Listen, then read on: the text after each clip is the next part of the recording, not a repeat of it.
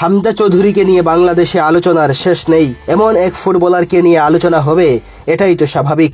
কিছুদিন আগে হামজা জিতেছেন পৃথিবীর সবচেয়ে পুরনো ফুটবল টুর্নামেন্ট FA কাপ, জিতে নিয়েছেন ইংল্যান্ডের মর্যাদার ট্রফি কমিউনিটি শিল্ড, জয় করেছেন ইংল্যান্ডের দ্বিতীয় বিভাগের ট্রফি EFL চ্যাম্পিয়নশিপ।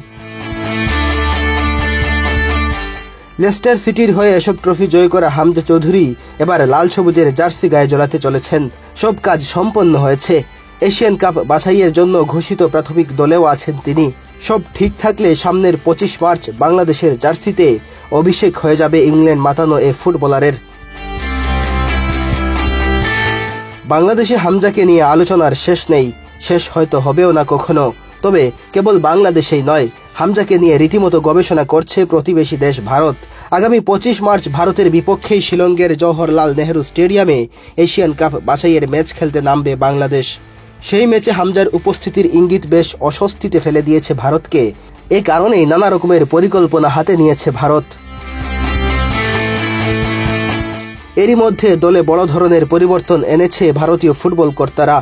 ভারতের ফুটবল ইতিহাসে সর্বকালের অন্যতম সেরা তারকা সুনীল ছেত্রীকে আবারও দলে ভিড়িয়েছে। প্রায় 2 দশক ধরেই তিনি দেশটির জার্সিতে খেলেছেন, অনেক রেকর্ডেরও মালিক হয়েছেন। আন্তর্জাতিক ফুটবলে 94 গোল করেছেন, সর্বোচ্চ গোলদাতার তালিকায় আছেন 4 নম্বরে। গত বছরের জুনে কলকাতার সল্ট লেক স্টেডিয়ামে কুয়েতের বিপক্ষে ফিফা বিশ্বকাপ বাছাই পর্বের ম্যাচ খেলেই বিদায় জানান আন্তর্জাতিক ফুটবলকে। তবে অবসরের 8 মাস না যেতেই তার ডাক পড়ল জাতীয় দলে। দেশটির ফেডারেশন সামাজিক যোগাযোগ মাধ্যমে এক পোস্টে বলেছে, এশিয়ান কাপের বাছাই পর্ব তাদের জন্য খুবই গুরুত্বপূর্ণ। টুর্নামেন্টের গুরুত্ব বিবেচনা করে এবং ওই টুর্নামেন্টের যেতে যেসব ম্যাচ খেলতে হবে তা বিবেচনা করে সুনীল ছেত্রীর সঙ্গে যোগাযোগ করা হয়। তিনি অবসর ভেঙে ফিরতে রাজি হন, এরপরই তাকে দলে যুক্ত করা হয়েছে। এ খবরে ভারত বাংলাদেশের ফুটবল প্রেমীদের মধ্যে নানা রকমের আলোচনা শুরু হয়। হামজা চৌধুরীকে নিয়ে পরিকল্পনার অংশ হিসেবেই সুনীল ছেত্রীকে দলে ফেরানো হয়েছে, এমন চর্চা শুরু হয় বাংলাদেশে।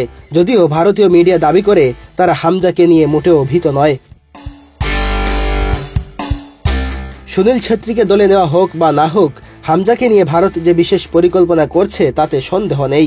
হামজা একই সঙ্গে ডিফেন্ডার এবং মিডফিল্ডার হিসেবে খেলতে পারেন।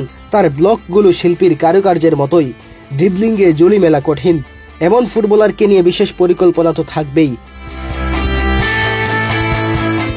ভারত ও বাংলাদেশের ফুটবল অতীত ভারতের পক্ষেই। তবে গত 1 দশকেরও বেশি সময়ের হিসাবে ভারতকে খুব একটা এগিয়েও রাখা যায় না।